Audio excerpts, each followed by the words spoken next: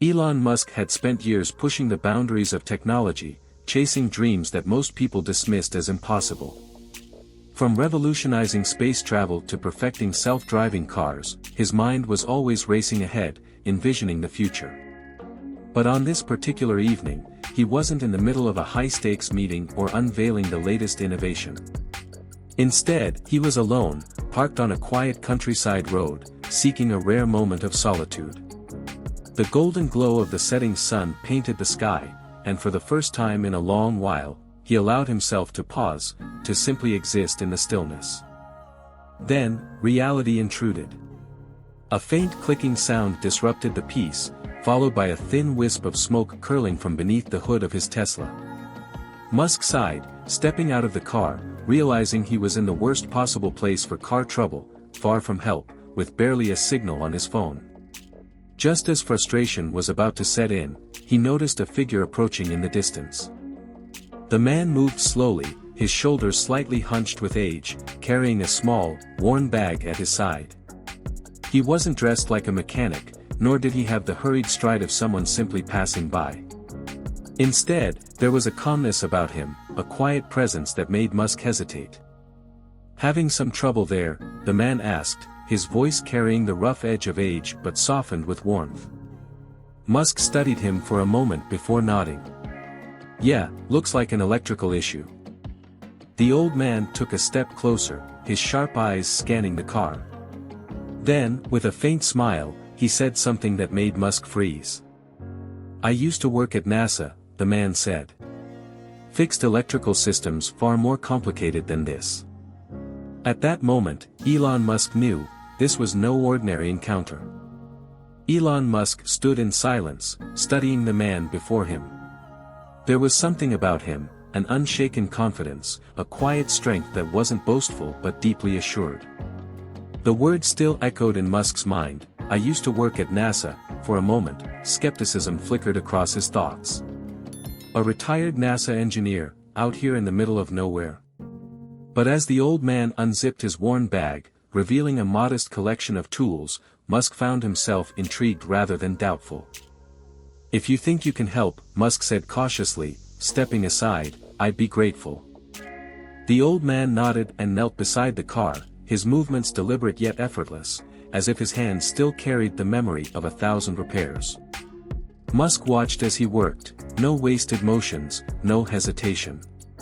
This was a man who had spent his life solving problems, a man who understood machines in a way few ever could. "You're Elon Musk, aren't you?" the man asked, his voice steady as he tightened the connection. Musk blinked, momentarily caught off guard. "Yeah," he admitted. "That's me." The man let out a quiet chuckle. "The guy with the big ideas. The one who does what most people think is impossible." He paused for a moment, as if choosing his words carefully. "But tell me, do you ever think about the people behind the scenes? The ones who work tirelessly, making sure those big ideas actually happen?" Musk opened his mouth to respond but found himself hesitating. He had spent his career surrounded by some of the brightest minds on the planet, engineers, scientists, visionaries. But how often had he truly stopped to consider the quiet figures in the background? The ones who never stood in the spotlight, yet whose contributions made all the difference. 20 minutes later, the old man straightened, wiping the sweat from his brow. "Should be good to go now," he said. Musk climbed back into the car and pressed the start button. The engine purred to life, smooth and effortless, as if the issue had never existed. Through the windshield, he looked at the old man with newfound respect. "That's incredible," Musk said sincerely. "How much do I owe you?" The old man simply shook his head. "Nothing, young man. I was just doing what I believe is right. Life has given me plenty, and I believe in giving back when I can." Musk remained silent, studying him. This man wasn't just skilled, there was a depth to him, a kind of wisdom that Musk rarely encountered, even among his most brilliant colleagues. "What's your name?" Musk asked, his voice softer now. The old man smiled, the kind of smile that carried the weight of a life well lived. "David Harper." And with that name, Musk knew, this was no ordinary encounter. It was the beginning of something far greater. Elon Musk leaned against his car, still processing what had just happened. The man who had so effortlessly fixed the electrical issue wasn't just some ordinary passerby, he was David Harper, a former NASA engineer. There was something profound about the way David carried himself, the calm confidence of a man who had spent his life solving complex problems, yet now stood before him, weathered by time, living in the quiet solitude of the countryside. "You worked at NASA?" Musk asked, curiosity sharpening his tone. "How does someone like you end up fixing cars in the middle of nowhere?" David let out a slow breath, his eyes shifting to the horizon where the last light of the sun faded. He didn't answer right away, as if searching for the right words. Then, with a quiet resolve, he began. "I worked at NASA for over 30 years, he said, his voice carrying both pride and sorrow. "I dedicated my life to space shuttles, satellites, projects that pushed the limits of what humanity could achieve. Every day, I felt like I was part of something bigger, something that mattered." Musk listened intently. There was a deep passion in David's words, a love for engineering that Musk recognized in himself. But there was something else, something unspoken, something heavy. David continued, his voice softening. "Then everything changed. My wife, Margaret, was diagnosed with a rare illness. It happened so fast. One moment, she was full of life, the next, she was bedridden. She needed me." He swallowed hard, his fingers tightening slightly as if holding on to a memory. "I had a choice, continue my career, or stay by her side." Musk didn't need to ask what choice he made. He already knew. "I left NASA," David said simply. "Gave up everything I had worked for to care for her. I don't regret it. Not for a second." But when she passed, he trailed off, his voice barely above a whisper. "I lost my purpose. I lost myself." For a long moment, neither man spoke. The weight of David's words settled into the space between them. Musk, a man who had built his entire life around purpose, ambition, and relentless drive, suddenly saw a different kind of sacrifice, the kind that wasn't made for glory or achievement, but for love. "But you still stopped to help me," Musk finally said, his voice quieter now. "You didn't know who I was. You didn't ask for anything in return." "Why?" David chuckled gently, a warmth returning to his eyes. "You remind me of myself when I was younger. So full of ambition, always looking ahead." He glanced up at the sky, where the first stars had begun to appear. "But I learned something, success isn't just about reaching for the stars. It's about what you do for others along the way." Musk felt something shift inside him, a realization he hadn't considered before. He looked at David, this man who had given up everything for love, who had wandered through loss, yet still chose to help a stranger on the side of the road. "David," Musk said, his voice steady with newfound resolve. "Would you consider coming back to work?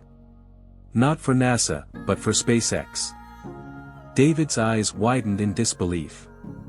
"What? I'm just an old man. You don't need me. SpaceX is for the young, for the future." Musk smiled, a confident, knowing smile. "No. The future needs experience. We need you." For the first time in years, David Harper didn't feel lost. He felt seen. And for the first time since losing Margaret, he felt something he thought was gone forever, hope. David Harper sat in stunned silence, his mind racing. Elon Musk, the man who had spent his life chasing the impossible, was offering him a second chance, a chance to return to the world he thought he had left behind forever. A world of innovation, of discovery, of purpose. But after so many years, could he really go back? He let out a slow breath, shaking his head. "Elon, I don't know," he said, his voice laced with doubt. "It's been years since I worked on anything more complicated than a car engine. SpaceX is for the brightest young minds, the future of engineering. I'm just an old man who used to be part of that world. Musk took a step closer, his expression unwavering. You're wrong, David, he said firmly. I don't just need young minds. I need wisdom, experience. I need people who know how to solve problems, not just through technology, but through instinct. And no one else can teach that like you can. David looked away, his fingers absent-mindedly tracing the edge of his worn tool bag. He had spent so long believing that his time had passed, that his greatest days were behind him. Could it really be possible that he still had something to offer? I gave up everything for Margaret, he said, his voice barely above a whisper. And when she was gone, I lost my way. NASA, engineering, it all felt meaningless without her. Musk nodded, his voice softening. I understand. But I don't think Margaret would want you to spend the rest of your life fading into the background. You spent decades building technology to help humanity reach the stars. Why stop now? David's throat tightened. He had spent years asking himself that very question. He had convinced himself that his best years were gone. But deep inside, there was still a part of him that longed to build again, to create, to make a difference. Musk wasn't offering him a job, he was offering him purpose. David let out a quiet chuckle, shaking his head in disbelief. Are you always this persuasive? Musk grinned. Only when I know I'm right. For the first time in a long while, David allowed himself to consider it, to imagine stepping back into a lab, working alongside a team of brilliant engineers, solving problems that mattered. And for the first time since Margaret passed, the thought of moving forward didn't feel like a betrayal. It felt like coming home. He took a deep breath, looking Musk in the eye. All right, he said, his voice steady. I'll try. Musk's smile widened. It's not about trying, David. It's about doing. As they drove toward SpaceX, David gazed out at the night sky, feeling something stir within him. He had spent so many years believing his story was over, but maybe, just maybe, it was only the beginning of a new chapter. And somewhere, in the quiet vastness of the universe, he hoped Margaret was watching, whispering, *, keep going, David. You still have so much more to give, *. David Harper stood at the entrance of SpaceX, staring up at the massive glass doors reflecting the night sky. The world inside was no longer his world, or so he thought.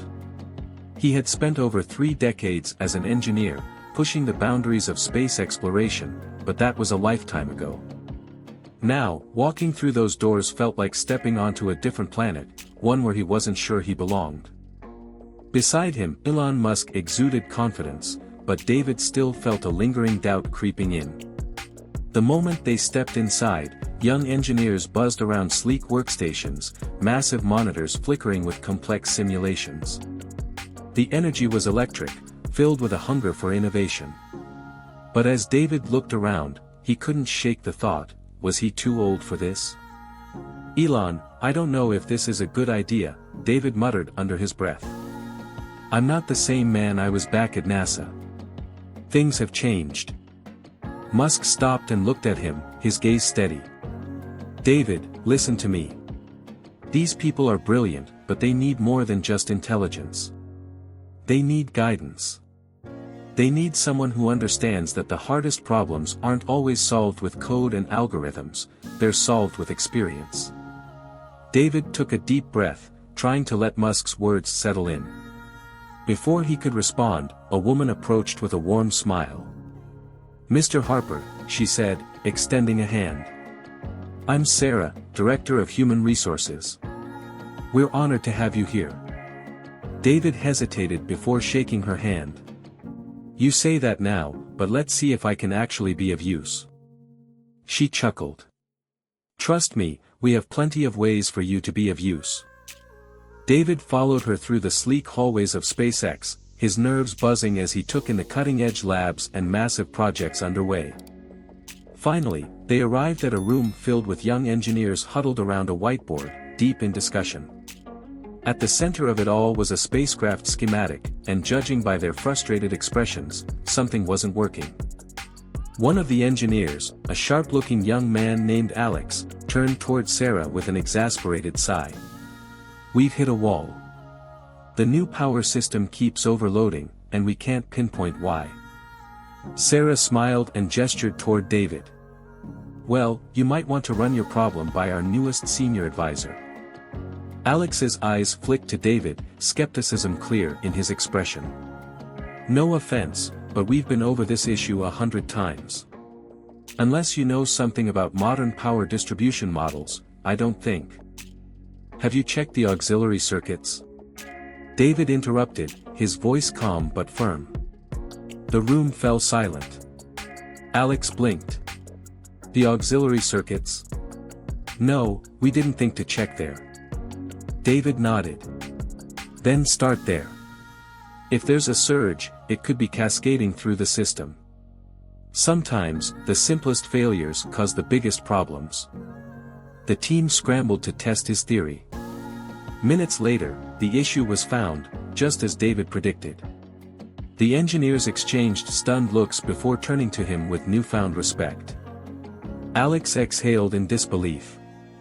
"How did you know that?" David smiled, the weight of self-doubt lifting for the first time in years. "Because experience teaches you where to look." From the doorway, Musk watched with a knowing grin. David wasn't just back, he was exactly where he was meant to be. David Harper had spent only a few weeks at SpaceX, but in that short time, he had gone from a man unsure of his place to someone who felt the familiar pull of purpose. Yet, despite his growing confidence, there were still moments of doubt. The technology had advanced far beyond what he had worked with at NASA. The young engineers spoke in a language filled with acronyms and complex simulations that often left him feeling like a relic from the past. One afternoon, as he sat at his desk reviewing a technical schematic, he overheard two engineers whispering nearby. "Is he really as good as they say?" one of them murmured. "I don't know. Maybe NASA was different back then, but this is SpaceX," the other replied. "We move at a different speed." David clenched his jaw but forced himself to stay calm. He had expected skepticism, it was natural. After all, why should a man in his 60s, who had been out of the game for years, be able to contribute in a field that was evolving at lightning speed? But then, a challenge arose that would change everything. The team was working on a new spacecraft module, but the power system kept failing. Hours turned into days, and frustration mounted as every proposed solution led to another dead end. The younger engineers, brilliant but inexperienced in crisis solving, struggled to find an answer. David sat quietly in the corner of the room, observing. He recognized this problem, it wasn't just a matter of technology. It was about understanding the fundamental principles of engineering, something that decades of experience had ingrained in him. Finally, he stepped forward. "Have you checked the auxiliary circuits?" he asked, his voice calm but firm. The room fell silent. "The auxiliary circuits," one of the engineers repeated. "No, we didn't think to check there." David nodded. "That's where you should start. If there's a surge in one of those, it could be overloading the entire system. I've seen this kind of failure before." Skepticism lingered in the air, but they followed his advice. Minutes later, the problem was found, a minor fault in the auxiliary circuit was causing a chain reaction that overloaded the system. With a few adjustments, the module stabilized. For the first time, the room erupted in cheers. Engineers who had doubted him moments before now looked at him with awe and respect. "How did you know that?" one of them asked, his voice filled with admiration. David smiled, feeling something he hadn't in years, a deep, unshakable confidence. "Because experience teaches you where to look." From the doorway, Elon Musk watched the scene unfold, a proud smile spreading across his face. This was why he had brought David here, not just for his knowledge, but for his ability to bridge the past and the future. That night, as David walked through the halls of SpaceX, he realized something. he wasn't just here to solve technical problems. He was here to teach, to guide, to inspire, asterisk asterisk. And for the first time since Margaret's passing, he didn't feel lost. He felt home. The story of David Harper and Elon Musk is more than just a tale of second chances, it's a powerful reminder that wisdom, experience, and kindness never lose their value. In today's fast-moving world, we often glorify innovation and speed, overlooking the quiet strength of those who have built the foundation for the future. David's journey teaches us that experience is irreplaceable, that no matter how advanced technology becomes, the ability to solve problems through intuition, patience, and past lessons remains invaluable. This lesson is crucial in our modern lives, whether in business, technology, or personal growth. We must not dismiss the knowledge of those who came before us. Younger generations, full of ambition, can benefit immensely from the guidance of those who have already faced life's challenges. Meanwhile, those who feel forgotten or left behind should remember that their experiences still have the power to shape the world in meaningful ways. Above all, David's story reminds us that giving back, embracing change, and finding new purpose is always possible. No matter where you are in life, there is always another chapter waiting to be written, if you have the courage to turn the page.